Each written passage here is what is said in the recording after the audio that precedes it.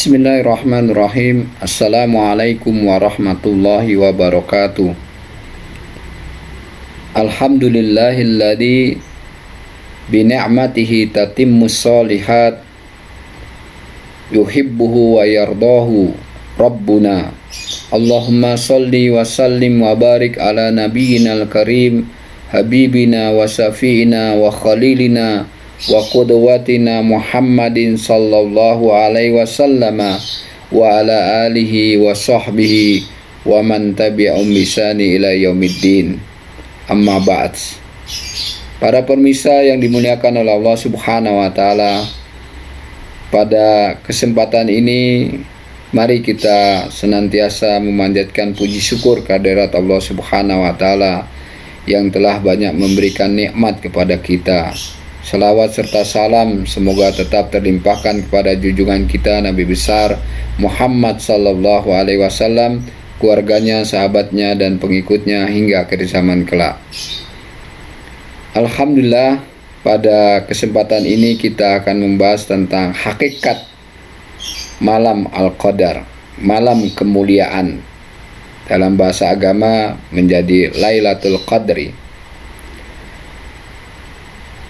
Untuk mengetahui hakikat Lailatul Qadar, maka kita harus bisa menjawab tentang mengapa Lailatul Qadar diberikan oleh Allah kepada baginda Rasulullah SAW dan umatnya Rasulullah SAW.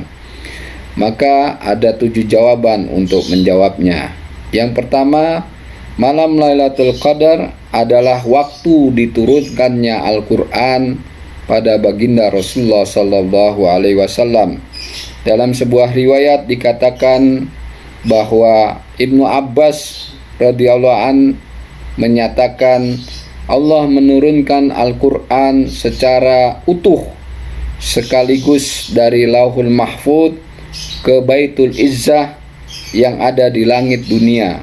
Kemudian Allah menurunkan Al-Quran kepada baginda Rasulullah SAW secara terpisah sesuai dengan kejadian-kejadian yang terjadi selama 23 tahun, termasuk pada malam Lailatul Qadar. Yang kedua, malam Lailatul Qadar lebih baik dari 1000 bulan. Sebagaimana firman Allah Subhanahu wa taala, Lailatul Qadri khairum min alfi syahr. Malam kemuliaan itu lebih baik dari 1000 bulan. Surat Al-Qadar ayat 3. An-Nakhai menyatakan amalan Lailatul Qadar lebih baik dari amalan di luar malam Lailatul Qadar atau amalan di 1000 bulan yang ada dalam kehidupan manusia. Dalam kitab Lataif Al-Ma'arif milik Imam Ibnu Rajab Al-Hambali, Mujahid dan Qatadah juga menyatakan bahwa yang dimaksud dengan lebih baik dari 1000 bulan adalah sholat dan amalan pada malam Lailatul Qadar lebih baik dari sholat dan puasa atau amalan yang ada di 1000 bulan yang tidak terdapat di luar malam Lailatul Qadar. Para pemirsa yang dimuliakan oleh Allah Subhanahu wa taala, yang ketiga, malam Lailatul Qadar adalah malam yang penuh dengan keberkahan dari Allah Subhanahu wa taala, sebagaimana dalam Quran surat Ad-Dukhan ayat 3. Inna anzalnahu fi lailatin mubarakatin inna kunna mundirin. Sesungguhnya kami menurunkan pada suatu malam yang diberkahi dan sesungguhnya kamilah yang memberi peringatan. Malam penuh berkah ini adalah malam Lailatul Qadar dan ini sudah menunjukkan keistimewaan-keistimewaannya. Yang keempat, pada malam Lailatul Qadar, malaikat dan juga malaikat Jibril turun pada malam tersebut. Sebagaimana dalam Quran surat Al-Qadar ayat 4. tanazzalul malaikatu warruhu fiha. Banyak malaikat yang turun pada malam Lailatul Qadar karena banyaknya barokah atau berkah pada malam tersebut, termasuk malaikat Jibril alaihissalam.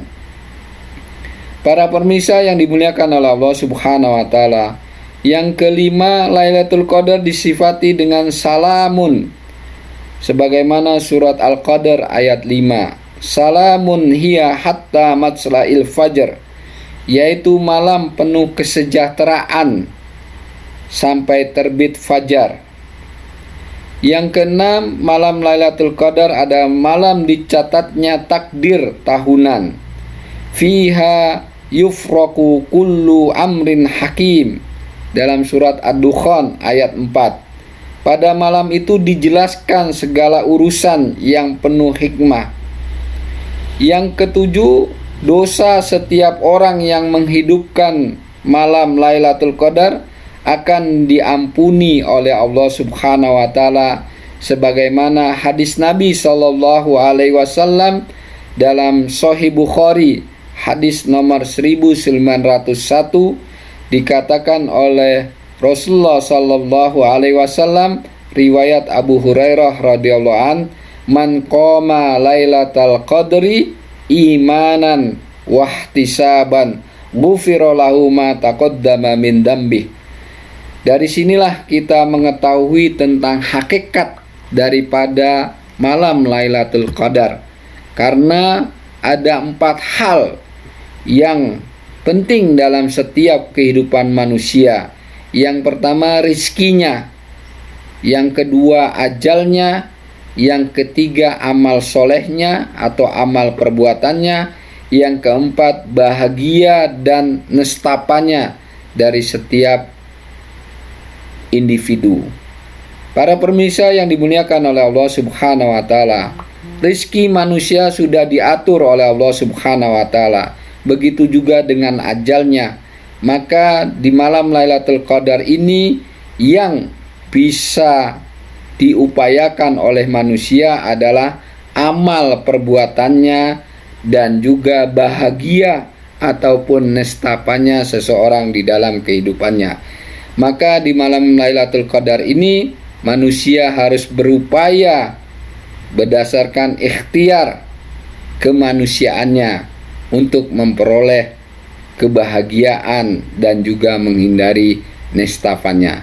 Semoga dengan mengenal hakikat malam Lailatul Qadar ini, kita bisa berupaya untuk berusaha dan juga merubah takdir insaniah kita yang ada dalam kehidupan duniawiya kita. Semoga Allah Subhanahu wa taala melindungi kita, keluarga kita dan saudara-saudara kita, umat manusia terutama di Indonesia yang kita cintai ini. Wabillahi taufik wal hidayah. Wassalamualaikum warahmatullahi wabarakatuh.